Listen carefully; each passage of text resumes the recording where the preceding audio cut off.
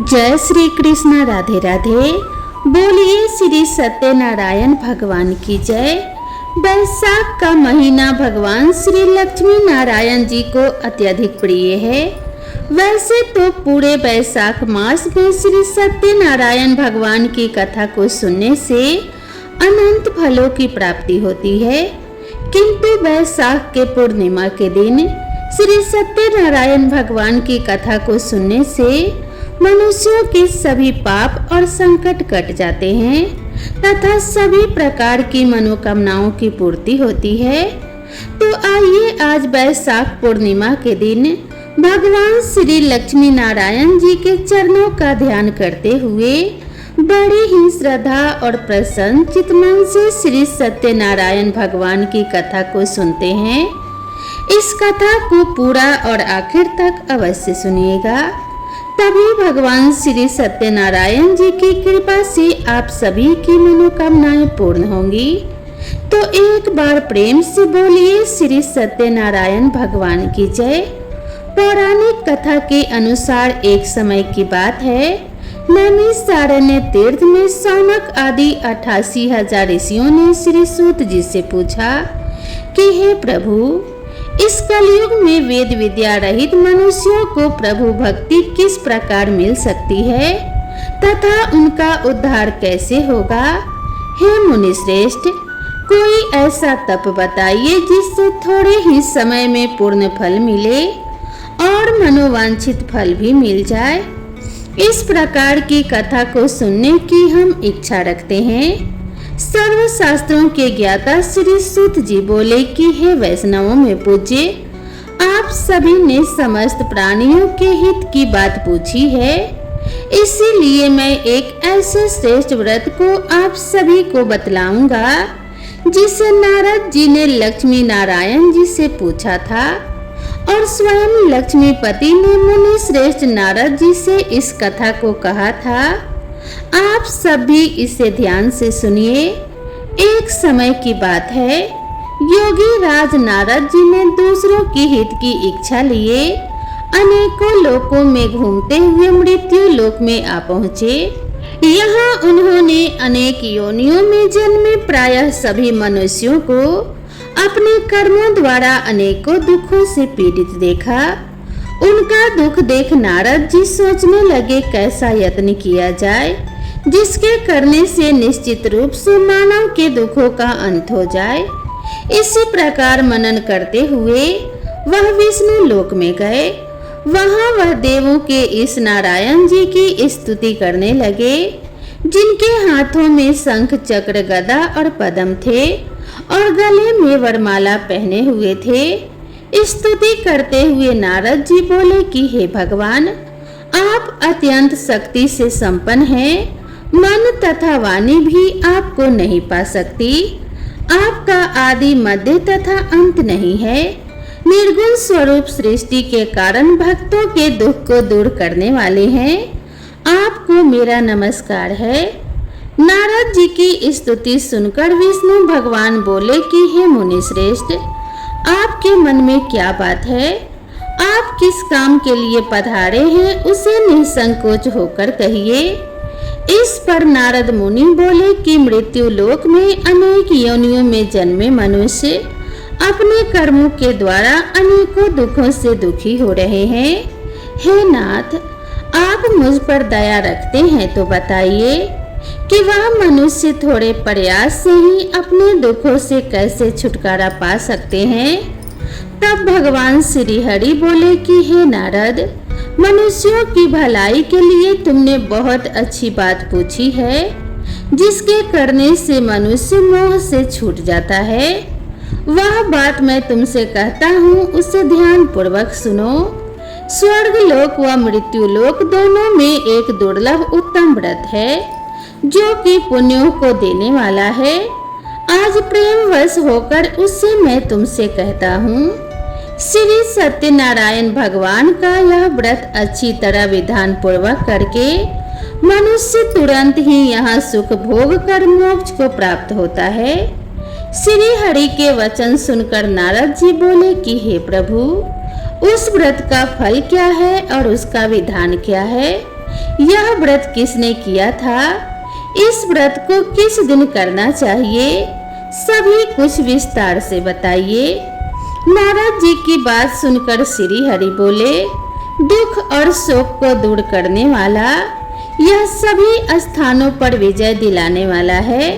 मानव को भक्ति और श्रद्धा के साथ शाम को श्री सत्यनारायण भगवान की पूजा धर्म परायण होकर ब्राह्मणों व बंधुओं के साथ करनी चाहिए।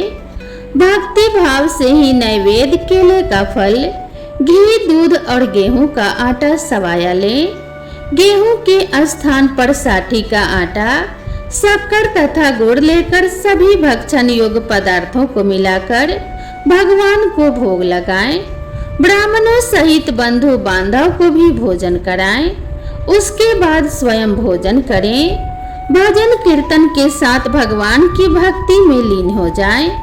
इस तरह से सत्यनारायण भगवान का यह व्रत करने पर मनुष्यों की सारी इच्छाएं निश्चित रूप से पूरी होती हैं। इस कलिकाल अर्थात कलयुग में मृत्यु लोक में मोक्ष का यही एक सरल उपाय बताया गया है। इस प्रकार से श्री सत्यनारायण व्रत कथा का प्रथम अध्याय संपूर्ण हुआ।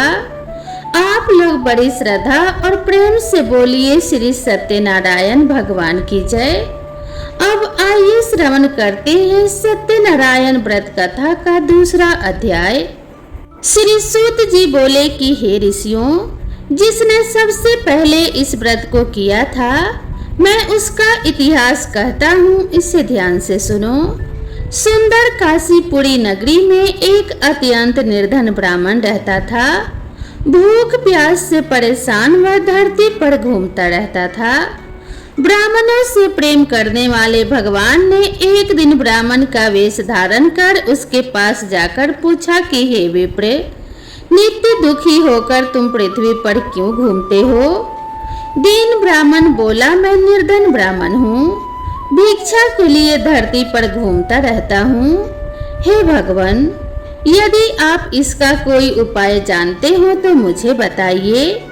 वृद्ध ब्राह्मण बोले कि सत्यनारायण भगवान मनोवांछित फल देने वाले हैं, इसीलिए तुम उनका पूजन करो। इसे करने से मनुष्य सभी दुखों से मुक्त हो जाता है। वृद्ध ब्राह्मण बनकर आए सत्यनारायण भगवान उस निर्धन ब्राह्मण को व्रत का सारा विधान बताकर अंतर्ध्यान हो गए।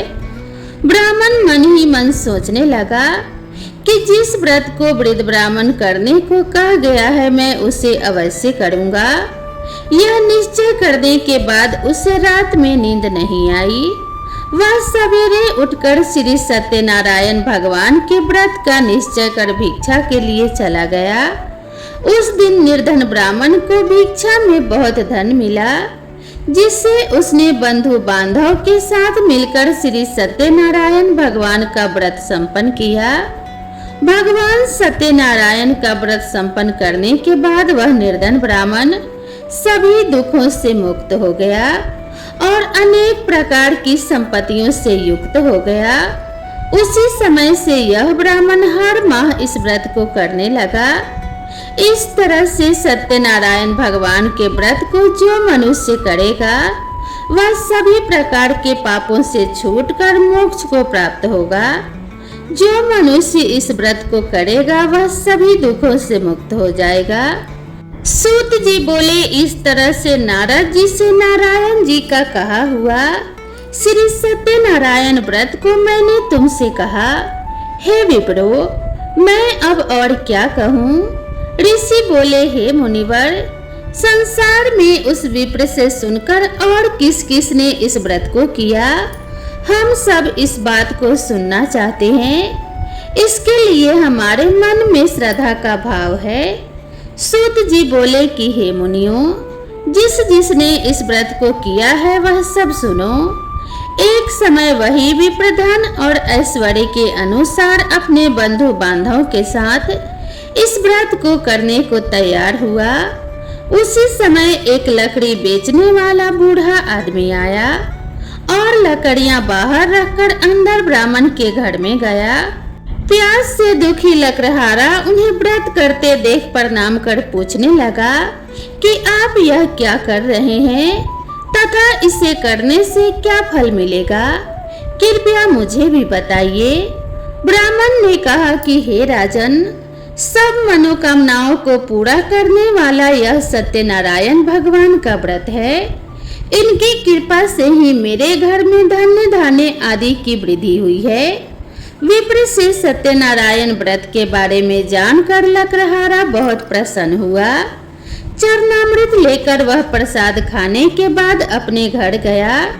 लकड़हारे ने अपने मन में संकल्प लिया कि आज लकड़ी बेचने से जो धन मिलेगा उसी से मैं श्री सत्यनारायण भगवान का उत्तम व्रत करूंगा। मन में इस विचार को लेकर बूढ़ा आदमी सिर पर लकड़ियां रखकर उस नगर में बेचने गया जहां धनी लोग ज्यादा रहते थे। उस नगर में उसे अपनी लकड़ियों का दाम पहले से 4 गुना अधिक मिला। बूढ़ा प्रसन्नता के साथ दाम लेकर केले, शक्कर, घी, दूध, दही और गेहूं का आटा लिया और सत्यनारायण भगवान के व्रत की अन्य सामग्रियां लेकर अपने घर गया। वहां उसने अपने बंधु बांधवों को बुलाकर विधि विधान से श्री सत्यनारायण भगवान का व्रत और पूजन किया। इस व्रत के प्रभाव से वह बूढ़ा लकड़हारा धन, पुत्र आदि से युक्त होकर संसार के समस्त सुख भोग कर अंत काल में वैकुंठ धाम को चला गया। इसी प्रकार श्री सत्यनारायण व्रत कथा का दूसरा अध्याय संपूर्ण हुआ। आप लोग बड़े श्रद्धा और प्रेम से बोलिए श्री सत्यनारायण भगवान की जय। अब आइए श्रवण करते हैं श्री सत्यनारायण व्रत कथा का तीसरा अध्याय। सूत जी बोले कि हे श्रेष्ठ मुनियों, अब आगे की कथा कहता हूँ, उसे ध्यान पूर्वक सुनिए। प्राचीन काल में उल्कामुख नाम का एक बुद्धिमान राजा था। वह सत्यवक्ता और जितेंद्रिय था। प्रतिदिन देव स्थानों पर जाता और निर्धनों को धन देकर उनके कष्ट को दूर करता था। उसकी पत्नी कमल के समान मुख वाली तथा सती साध्वी थी। भद्र सलाला नदी के तट पर उन दोनों ने श्री सत्यनारायण भगवान का व्रत किया। उसी समय साधु नाम का एक वैश्य आया। उसके पास व्यापार करने के लिए बहुत सा धन भी था। राजा को व्रत करते देखकर वह विनय के साथ पूछने लगा कि हे राजन, भक्ति भाव से पूर्ण होकर आप यह क्या कर रहे हैं? मैं सुनने की इच्छा रखता हूँ, इसीलिए आप मुझे बताने का कष्ट करें। राजा बोला कि हे साधु, अपने बंधु बांधवों के साथ पुत्र आदि को प्राप्त करने के लिए एक महाशक्तिशाली श्री सत्यनारायण भगवान का व्रत और पूजन कर रहा हूँ। राजा के वचन सुन साधु आदर से बोला कि हे राजन, मुझसे इस व्रत का सारा विधान कहिए। आपके कथन अनुसार मैं इस व्रत को करूँगा। मेरी भी संतान नहीं है और इस व्रत को करने से निश्चित रूप से मुझे संतान की प्राप्ति होगी। राजा से व्रत का सारा विधान सुनकर व्यापार से निवृत्त होकर वह अपने घर गया। साधु वैश्य ने अपने पत्नी को संतान देने वाले इस व्रत का वर्णन कह सुनाया और कहा, जब मेरी संतान होगी तब मैं भी इस व्रत को अवश्य करूँगा। साधु ने इस तरह के वचन अपनी पत्नी लीलावती से कहे। एक दिन लीलावती पति के साथ आनंदित हो संसारिक धर्म में प्रवृत्त होकर श्री सत्यनारायण भगवान की कृपा से गर्भवती हो गई। 10वें महीने में उसके गर्भ से एक सुंदर कन्या ने जन्म लिया। दिनों दिन वह बालिका ऐसे बढ़ने लगी जैसे शुक्ल पक्ष का चंद्रमा बढ़ता हो। माता पिता ने अपने कन्या का नाम कलावती रखा। एक दिन लीलावती ने मीठे शब्दों में अपने पति को याद दिलाया कि आपने श्री सत्यनारायण भगवान का व्रत जिसको करने का संकल्प लिया था उसे करने का समय आ गया है। साधु बोला कि हे प्रिय, इस व्रत को मैं उसके विवाह पर करूँगा। इस प्रकार अपनी पत्नी को आश्वासन देकर वह नगर को चला गया। कुछ वर्षों के तत्पश्चात कलावती शादी के योग्य हो गई। साधु ने एक बार नगर में अपने कन्या को सखियों के साथ देखा तो तुरंत ही पुरोहित को बुलाया और कहा, मेरी कन्या विवाह योग्य हो गई है, इसके लिए योग्य वर देख कर आओ। साधु की बात सुनकर पुरोहित कंचन नगर में पहुंचा और वहां देखभाल कर लड़की के लिए सुयोग्य वर ढूंढा। साधु ने बंधु बांधवों को बुलाकर अपने पुत्री का विवाह कर दिया, लेकिन दुर्भाग्य की बात यह थी कि साधु ने अभी भी श्री सत्यनारायण भगवान का व्रत नहीं किया। इस पर श्री सत्यनारायण भगवान क्रोधित हो गए और श्राप दिया कि साधु को अत्यधिक दुख मिले। अपने कार्य में कुशल साधु बनिया जमाई को लेकर समुद्र के पास स्थित रत्नापुर नगर में गया। वहां जाकर ससुर दामाद दोनों मिलकर चंद्रकेतु नामक राजा के नगर में व्यापार करने लगे। एक दिन भगवान श्री सत्यनारायण की माया से एक चोर राजा का धन चुराकर भाग रहा था। उसने राजा के सिपाहियों को अपना पीछा करते देख चुराया हुआ धन वहां रख दिया, जहां साधु अपने जमाई के साथ ठहरा हुआ था। राजा के सिपाहियों ने साधु वैश्य के पास राजा का धन पड़ा देखा तो ससुर जमाई दोनों को बांधकर प्रसन्नता से राजा के पास ले गए और कहा, महाराज, हम दोनों चोरों को पकड़ लाए हैं, आप आगे की कार्रवाई की आज्ञा दें। राजा की आज्ञा से उन दोनों को कारावास में डाल दिया गया और उनका सारा धन भी उनसे छीन लिया गया। श्री सत्यनारायण भगवान के श्राप से साधु की पत्नी भी बहुत दुखी हुई। घर में जो धन रखा था उसे चोर चुरा ले गए। शारीरिक तथा मानसिक पीड़ा व भूख प्यास से अति दुखी होकर कलावती एक ब्राह्मण के घर गई। वहां उसने श्री सत्यनारायण भगवान का व्रत होते देखा और कथा भी सुनी। वह प्रसाद ग्रहण कर रात को घर वापस आई। माता ने कलावती से पूछा कि हे पुत्री, अब तक तुम कहाँ थी? तेरे मन में क्या चल रहा है? कलावती ने अपनी माता से कहा कि हे माता, मैंने एक ब्राह्मण के घर में श्री सत्यनारायण भगवान का व्रत अनुष्ठान होते देखा है। कन्या के वचन सुनकर लीलावती भगवान के पूजन की तैयारी करने लगी।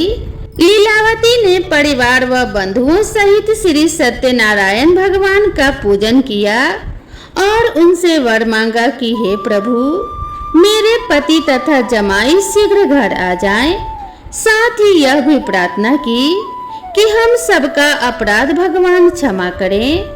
श्री सत्यनारायण भगवान इस व्रत से संतुष्ट हो गए और राजा चंद्रकेतु को सपने में दर्शन देकर कहा कि जिसे तुमने पकड़ के रखा है वह राजा है और वह निर्दोष है, उसे क्षमा कर दो।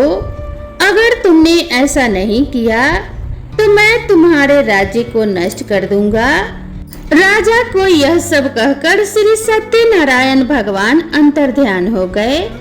प्रातः काल सभा में राजा ने अपना सपना सुनाया। फिर बोले, वनिक पुत्रों को कैद से मुक्त कर सभा में ले आओ।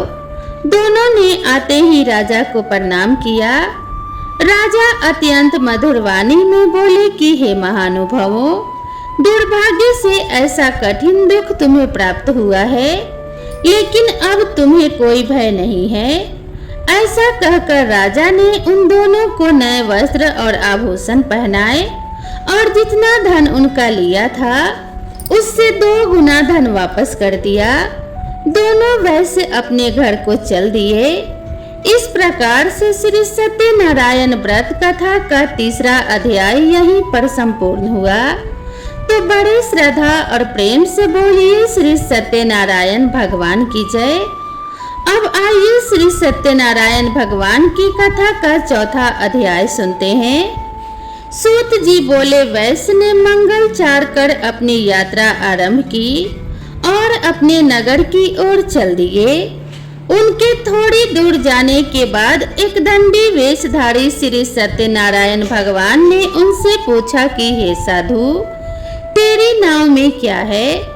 व्यापारी हंसता हुआ बोला कि हे दंडी, आप क्यों पूछते हो, क्या धन लेने की इच्छा है? मेरी नाव में तो बेल और पत्ते भरे हुए हैं। वैश्य के कठोर वचन सुनकर दंडी बने श्री सत्यनारायण भगवान बोले, तुम्हारे वचन सत्य हो।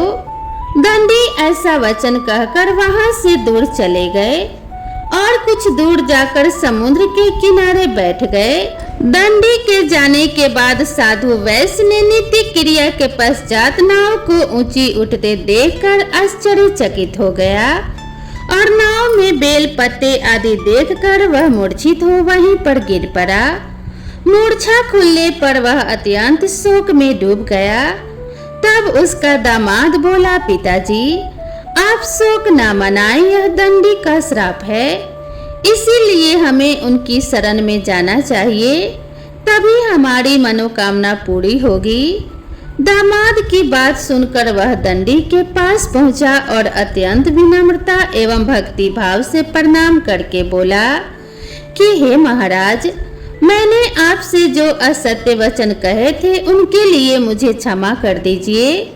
ऐसा सुनकर महान शोकातुर होकर दंडी भगवान बोले कि हे वनिक पुत्र, मेरी आज्ञा से बार बार तुम्हें दुख प्राप्त हुआ है क्योंकि तुम मेरी पूजा से विमुख हुए। साधु बोला कि हे प्रभु, आपकी माया से ब्रह्मा आदि देवता भी आपके रूप को नहीं जानते। प्रभु, मैं तो अज्ञानी हूँ, कैसे जान सकता हूँ? आप प्रसन्न होइए प्रभु, अब मैं अपनी सामर्थ्य के अनुसार आपकी पूजा करूँगा। हे प्रभु, मेरी रक्षा कीजिए और पहले के समान नौका में धन्य धान्य भर दीजिए। साधु वैश्य के भक्ति पूर्ण वचन सुनकर भगवान प्रसन्न हो गए और उसकी इच्छा अनुसार वरदान देकर अंतर्ध्यान हो गए। ससुर जमाई जब नाव में लौटे तो नाव धन से भरी हुई थी। फिर वही अपने अन्य साथियों के साथ श्री सत्यनारायण भगवान का पूजन कर अपने नगर को चल दिए। जब नगर के नजदीक पहुँचे तो दूत को अपने घर पर खबर करने के लिए भेज दिया। दूत साधु की पत्नी को प्रणाम कर कहता है कि हे माता, स्वामी अपने दामाद सहित नगर के निकट आ गए हैं। दूत की बात सुन साधु की पत्नी लीलावती ने बड़े हर्ष के साथ श्री सत्यनारायण भगवान का पूजन कर अपनी पुत्री कलावती से कहा कि हे पुत्री, मैं अपने पति के दर्शन को जा रही हूँ, तू कार्य पूर्ण कर शीघ्र आ जाना। माता के ऐसे वचन सुनकर कलावती जल्दी से प्रसाद को छोड़कर अपने पति के पास चली गई। प्रसाद की अवज्ञा के कारण श्री सत्यनारायण भगवान रुष्ट हो गए और नाव सहित उसके पति को पानी में डुबो दिया। कलावती अपने पति को वहां न पाकर रोती हुई जमीन पर गिर गई। नाव को डूबा हुआ देखकर और कन्या को रोता हुआ देखकर साधु दुखी होकर बोला कि हे प्रभु, मुझसे तथा मेरे परिवार से जो भी भूल हुई है उसे क्षमा करें। साधु के दीन वचन सुनकर श्री सत्यनारायण भगवान प्रसन्न हो गए और आकाशवाणी हुई कि हे साधु, तेरी कन्या ने मेरे प्रसाद को छोड़कर मेरा अपमान किया है। वह प्रसाद छोड़कर आई है, इसीलिए उसका पति अदृश्य हो गया है। यदि वह घर जाकर प्रसाद खाकर लौटती है तो उसे उसका पति अवश्य मिलेगा। ऐसी आकाशवाणी सुनकर कलावती घर पहुंचकर प्रसाद ग्रहण करती है और फिर आकर अपने पति का दर्शन करती है। इसके बाद साधु अपने बंधु बांधव सहित श्री सत्यनारायण भगवान का विधि विधान से पूजन करता है। इस लोक का सुख भोगने के बाद अंत में स्वर्ग जाता है। इस प्रकार से श्री सत्यनारायण भगवान व्रत कथा का चतुर्थ अध्याय संपूर्ण हुआ। बड़े ही श्रद्धा और प्रेम से बोलिए श्री सत्यनारायण भगवान की जय। अब आइए श्री सत्यनारायण भगवान की कथा का 5वां अध्याय सुनते हैं। सूत जी बोले कि हे ऋषियों, मैं और भी एक कथा सुनाता हूँ, उसे भी ध्यान पूर्वक सुनो। प्रजा पालन में लीन तुंगध्वज नाम का एक राजा था। उसने भी भगवान का प्रसाद त्याग कर बहुत दुख सहन किया। एक बार वन में जाकर वन्य पशुओं को मारकर वह वट के पेड़ के नीचे आया। वहां उसने ग्वालों को भक्ति भाव से अपने बंधुओं सहित सत्यनारायण भगवान का पूजन करते देखा। अभिमानवश राजा उन्हें देखकर भी पूजा स्थल पर नहीं गया और न ही उसने भगवान को नमस्कार किया। ग्वालों ने राजा को प्रसाद दिया, लेकिन उसने वह प्रसाद नहीं खाया और प्रसाद को वहीं छोड़कर अपने नगर को चला गया। जब वह नगर में पहुंचा तो वहां सब कुछ तहस नहस हो चुका था। वह राजा शीघ्र ही समझ गया कि यह सब भगवान ने ही किया है। वह दोबारा ग्वालों के पास पहुंचा और विधि पूर्वक पूजा करके प्रसाद खाया तो श्री सत्यनारायण भगवान की कृपा से सब कुछ पहले जैसे हो गया। दीर्घ काल तक सुख भोगने के बाद मरणों उपरांत उसे स्वर्ग लोक की प्राप्ति हुई। जो मनुष्य परम दुर्लभ इस व्रत को करेगा अथवा सुनेगा, भगवान श्री सत्यनारायण की अनुकंपा से उसे धन्य धान्य की प्राप्ति होगी। सत्यनारायण भगवान की कृपा से निर्धन धनी हो जाता है और दुर्बल बलवान हो जाता है। संतानहीन मनुष्य को संतान सुख मिलता है और सारे मनोरथ पूर्ण होने पर मानव अंतकाल में वैकुंठ धाम को जाता है। सूत जी बोले, जिन्होंने पहले इस व्रत को किया, अब उनके दूसरे जन्म की कथा भी सुनिए। सतानंद नामक ब्राह्मण ने सुदामा के रूप में जन्म लेकर भगवान श्री कृष्ण की भक्ति कर मोक्ष प्राप्त किया। उल्का मुख नाम के महाराज राजा दशरथ बने और श्री रंगनाथ का पूजन कर वैकुंठ को प्राप्त हुए।